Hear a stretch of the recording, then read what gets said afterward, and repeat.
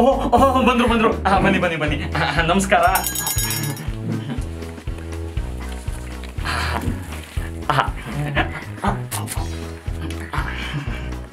ಪೂಜೆ ಮಾಡಮ್ಮ.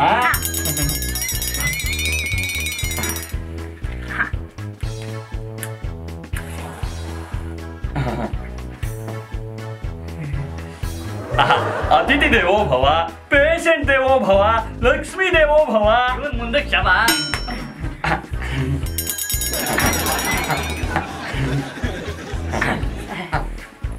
ಕುತ್ಕೊಳ್ಳಿ ಕುತ್ಕೊಳ್ಳಿ. ಆಹಾ, ನಿಮ್ ಮುಖದಲ್ಲಿ ಪೇಷಂಟ್ ಕಡೆ ಎದ್ದು ಕಾಣ್ತಾ ಇದೆ.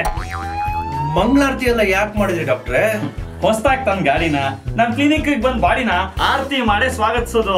ಡಾಕ್ಟ್ರೆ, ನಾನೇನು ಬದುಕೆ ಇದ್ದೀನಿ, ಬಾಡಿ ಗಿಡಿ ಇಲ್ಲ ಅಂತಿರಲ್ಲ ನೀವು. ಅಯ್ಯೋ ಕೂತ್ಕೊಳ್ಳಿ. ಹೋಗ್ ಕೂಡ್ಸೋ.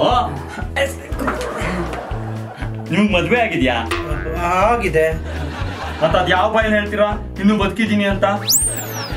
ಅದೆಲ್ಲ ಸರಿ ಡಾಕ್ಟ್ರೆ, ಈ ಮಂಗಳಾರತಿ ಯಾಕೆ ಮಾಡಿಸಿದ್ರಿ?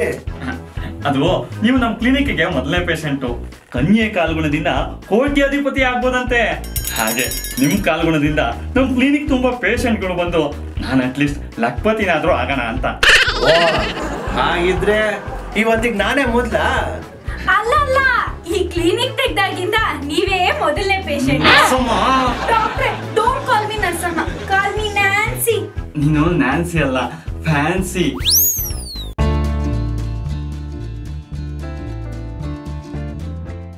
ಡಾಕ್ಟ್ರೆ, ಎಲೆ ನಿಮ್ ಕೈ ಕೊಡಿ. ಹೊಡ್ಕೋತಾನೆ ಇಲ್ವಲ್ರಿ? ಅಯ್ಯೋ ಡಾಕ್ಟ್ರೆ, ಇಟ್ಕೊಳ್ಳಿ. ಪೇಷಂಟ್ ಮುಂದೆ ಹಾಗೆಲ್ಲ ಮಾತಾಡಬಾರ್ದಮ್ಮ. ಹೋಗ್ಲಿರು, ಆಮೇಲೆ ಮಾತಾಡೋಣ. ಅಯ್ಯೋ ಡಾಕ್ಟ್ರೆ, ನಾನು ಅದೆಲ್ಲ ಹೇಳಿದ್ದು. ಸ್ಟೆಥೋಸ್ಕೋಪ್ ನ ಕಿವಿಗೆ ಇಟ್ಕೊಳ್ಳಿ. ಸಾರಿ. ಈಗ ಕೇಳಿಸ್ತಾ ಇದೆ. ಅರೆ, ಎಲ್ಲ ಸರಿಯಾಗೇ ಇದಲ್ರಿ? ನನ್ಗೂ ಗೊತ್ತಲ್ರಿ ಅದು. ಎಲ್ಲ ಸರಿ ಇದ್ಮೇಲೆ ಇಲ್ಲಿ ಯಾಕ್ರಿ ಬಂದ್ರಿ? ಸಮಸ್ಯೆ ಇರೋದು ನನಗಲ್ಲ, ಮತ್ತೆ ನನ್ ಮಗನ್ಗೆ. ನಿಮ್ ಮಗನ್ಗ ಏನು? ನಂದು dual sim smart phone. Sim ನ ಸ್ವಾಪ್ ಮಾಡೋಣ ಅಂತ ಹೇಳಿ ಫೋನ್ ಅನ್ನು ಬಿಚ್ಚಿಟ್ಟಿದ್ದೆ.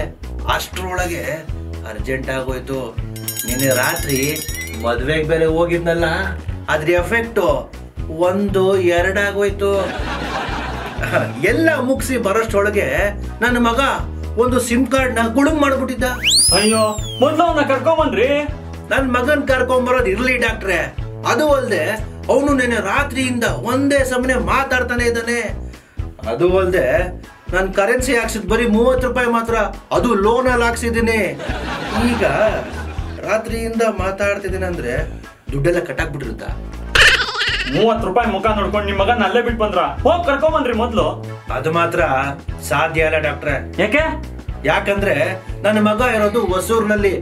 ಅಲ್ಲಿಂದ ಇಲ್ಲಿ ಕರ್ಕೊಂಡ್ ಬಂದ್ರೆ ರೋಮಿಂಗ್ ಚಾರ್ಜ್ ಆಗುತ್ತಲ್ವಾ? ದುಡ್ಡು ಕಟ್ಟಾದ್ರೆ ನೀವು ಸಿಮ್ ಆಫೀಸ್ಗೆ ಹೋಗ್ಬೇಕು. ಇಲ್ಲಿಗೆ ಏನಕ್ಕೆ ಬಂದ್ರಿ? ನಾನು ಸಿಮ್ ಆಫೀಸ್ ಗಂಟ್ಲೆ ಹೊರಟಿದ್ದು. ದಾರಿಲಿ ಹೋಗ್ತಿರ್ಬೇಕಾದ್ರೆ ಇಲ್ಲಿ ಸಿಕ್ಕಾಪಟ್ಟೆ ರಶ್ ಇತ್ತು. ಈ ಜಿಯೋ ಸಿಮ್ ತರ ಯಾವ್ದಾದ್ರು ಪಿಯೋ ಸಿಮ್ ಕೊಡ್ತಾ ಇದಾರೋ ಅಂತ ಬಂದ್ ನೋಡ್ತಾ ಇದ್ದೆ. ನಿಮ್ ಕಾಂಪೌಂಡ್ರೆ ಎಳ್ಕೊಂಡ್ ಬಂದ್ ಕೂರ್ಸಿದ್ದು.